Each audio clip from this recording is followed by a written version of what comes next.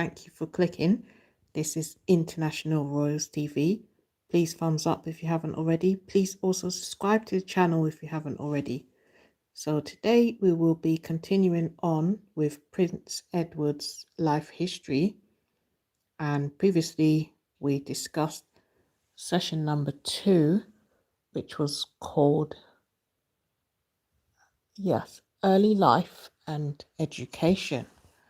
And today's session is session number 3, which is called Post-University, and it's split into 3 sections, which is Royal Marines, Theatre and Television, and Ardent Productions. Just before we begin, if you haven't already caught up, we have a playlist for Prince Edward's life history on the community tab, and in the playlist section also you'll find Princess Anne's life history, that's his sister, and Queen Elizabeth II's life history, and that's his late mother. So yeah, you'll find those in the playlist section and in the community tab. Okay, so let's get on with the reading, and the source I am reading from is Wikipedia. So let's go. Post-university in terms of Prince Edward's life history. Royal Marines. After graduating in 1986, Edward joined the Royal Marines, who had reportedly sponsored his tuition at Cambridge on condition of future service. He had signed up to join the Royal Marines in September 1983. In January 1987, he dropped out of the commando course, having completed 1/3 of the 12-month training. Media reported that Prince Philip, who was the Captain General Royal Marines, was displeased. But Prince Edward later said that his father had not put undue pressure on him to change his mind. Oh, that's good. That's a good father. Not putting too much pressure on your kids is very important. Yeah, glad he did that. Let's continue. Others stated that Philip was the most sympathetic family member towards his son's decision. Buckingham Palace said that Edward's decision came after much consideration and that he was Edward's decision came after much consideration and that he was leaving with great regret, but has concluded that he does not wish to make the service his long-term career. That's another thing, being true to yourself, very important. So that's the reason why he dropped out, because he felt like it was not going to be his future long-term career. Okay, let's continue. We are now on to theatre and television in terms of Prince Andrew's life history. After leaving military service, Edward opted to pursue a career in entertainment. He commissioned the 1986 musical Cricket from Andrew Lloyd Webber and Tim Rice for his mother's 60th birthday celebration, which led to a job offer at Lloyd Webber's really useful theatre company, where he worked as a production assistant on the musicals such as The Phantom of the Opera, Starlight Express, and Cats. While there, he met actress Ruthie Henshaw, whom he dated for 3 years. Oh, wow. Never heard of that. The only person I've heard of is Sophie Rhys-Jones. But let's continue. Edward's first foray into television production was the program The Grand Knockout Tournament, informally known as its a Royal Knockout on 15th of June 1987, in which 4 teams sponsored by him, his siblings, Anne and Andrew, and Andrew's wife Sarah, competed for charity. The program was criticized by the media and the public. What doesn't the media criticize? They've always got something to say. Anyway, let's keep going. And it was later reported that the Queen was not in favour of the event. With her courtiers having advised against it. Okay. The program raised over 1,500,000 pounds for its selected charities. Hope I got that right. Is it 1.5 million?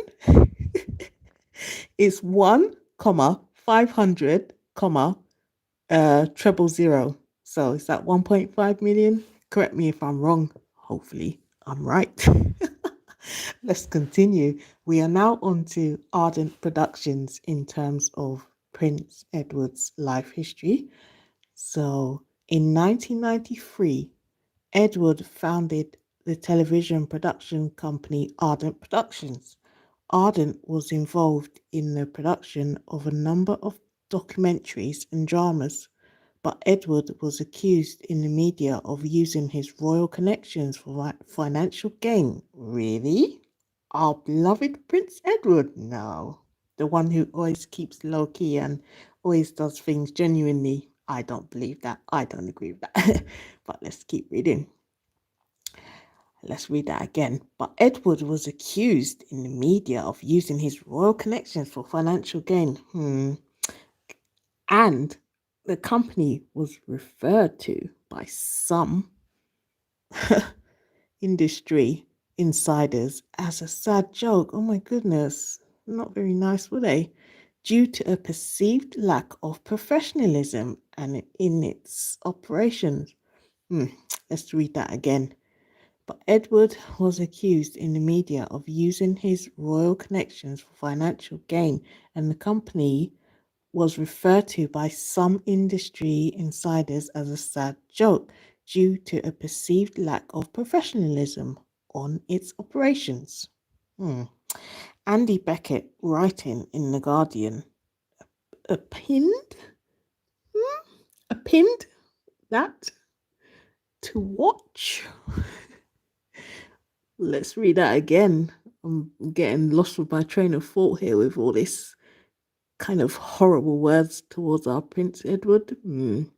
Let's keep going. Let me try to read that again. Andy Beckett, writing in The Guardian, opined that to watch Ardent's few dozen hours of broadcast output is to enter a strange kingdom where every man in Britain still wears a tie, where pieces to camera are done in cricket jumpers, where people clasp their hands behind their backs like guardsmen. Commercial breaks are filled with army recruiting advertisements or advertisements. Yeah, not very positive, was it? Let's continue. Oh, the source I'm reading from is Wikipedia, by the way. Yeah, don't like too much negativity. If you wanna corroborate what I'm saying, yeah, go and have a look at Wikipedia after this. But let's continue. Ardent's productions were better received in the United States. And a documentary Edward made about his great uncle, Edward VIII, the late Duke of Windsor, in 1996, sold well worldwide. Okay. Nonetheless, the company reported losses every year it operated, with the exception of one when Edward did not draw a salary. Oh no. An ardent two-man film crew later allegedly invaded the privacy of Edward's nephew, Prince William. Oh, in September 2001, when he was studying at the University of St. Andrews, which went against industry guidelines regarding the privacy of members of the royal family. William's father, Edward's elder brother Charles, was reportedly angered by the incident. In March 2002, I do apologize. In March 2002, Edward announced that he would step down as production director and joint managing director of Ardent. Okay, that was a wise decision. I think so. So he stepped down Mhm. To concentrate on his public duties and to support the Queen during her Golden Jubilee year. Ardent Productions was voluntarily dissolved in 2009 with assets reduced to just £40. Oh my goodness. Oh wow. That was quite interesting. Never knew any of that. Um, so that brings us to the end of session number 3, which was called Post University, and that included Royal Marines, theatre and television, and Ardent Productions in terms of Prince Edward's life history. And the source I'm reading from is Wikipedia, in case you'd like to catch up there. Also, I've created a playlist, an audio playlist of the sessions we've been doing so far. So in the playlist after this live stream, I'll include this session number 3. So that will make it 3 parts. At the moment, there's 2 in there. And also on the community tab and in the playlist section, you'll find Princess Anne's life history and also Queen Elizabeth II's life history. So they are on the community tab and in the playlist section. I do thank you so much for your time. Thank you for tuning in and hope to see you on the next session.